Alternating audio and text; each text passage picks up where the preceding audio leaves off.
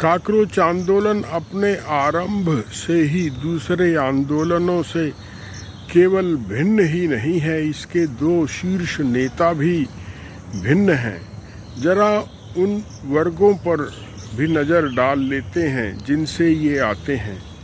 अभिजीत दिप्के द्वारा अपने दोस्तों के साथ मिलकर शुरू किए गए इस आंदोलन को जब सोनम वांगचुक का समर्थन मिला तो वही इसके शीर्ष नेता बन गए, क्योंकि वह एक जाना माना नाम है। उनके वर्ग चरित्र के बारे में यह साफ जानकारी है कि वे आदिवासी समुदाय से आते हैं जो दूर दराज लद्दाख के सीमांत क्षेत्र में रहते हैं, जहां अच्छे स्कूल भी नहीं हैं, अच्छी सड़कें भी नहीं हैं और जीवन बहुत कठिन है। ऐसे मेहनतकश लोगों से आने वाले सोनम वांगचुक निश्चित ही शोषित समुदाय से ही नहीं, शोषित क्षेत्र से भी हैं। पिछड़े समुदाय ही नहीं, पिछड़े क्षेत्र से भी हैं। दूसरी तरफ अभिजीत दिप्के दलित हैं।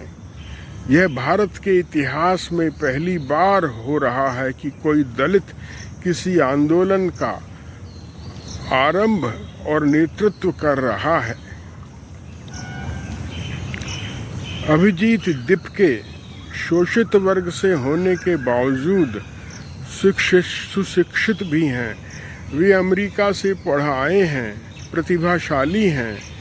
सरकार से कर्ज लेकर उन्होंने पढ़ाई की है और पहले भी वे जन आंदोलन से जुड़े रहे हैं। यद्यपि उन्हें कोई जानता नहीं था।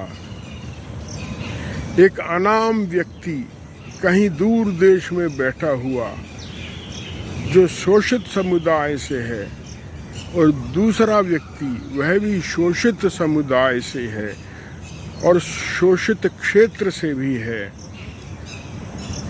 सोनम की एक और खासियत है, वह कोई कठमुल्ला नहीं है, परंपरा का गुलाम नहीं है और जातिवाद से तो उसका लेना देना ही क्या है, जो भारत की सबसे बड़ी समस्या है।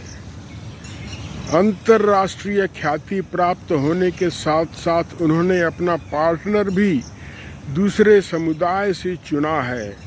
उनकी पत्नी श्रीमती गीतांजलि अपनी पृष्ठभूमि में पंजाब से हैं और उनका यह विवाह अंतरजातीय ही नहीं, अंतरधार्मिक भी और अंतर सामुदायिक भी है। श्रीमती गीतांजलि वांगचुक विदुषी और साहसी महिला हैं। इतनी कठिन परिस्थिति में भी उन्होंने अपना धैर्य बनाए रखा है। ये हर तरह से नए भारत के चेहरे हैं जो परंपरावादी और पृष्ठपोषण करने वाले आरएसएस और उसके राजनीतिक विंग भारतीय जनता पार्टी की ब्राह्मणवादी छवि से नितांत अलग हैं। और जैसा कि चचा मार्क्स कह गए हैं, केवल अग्रगामी लोग ही आगामी पीढ़ियों का नेतृत्व कर सकते हैं। धन्यवाद।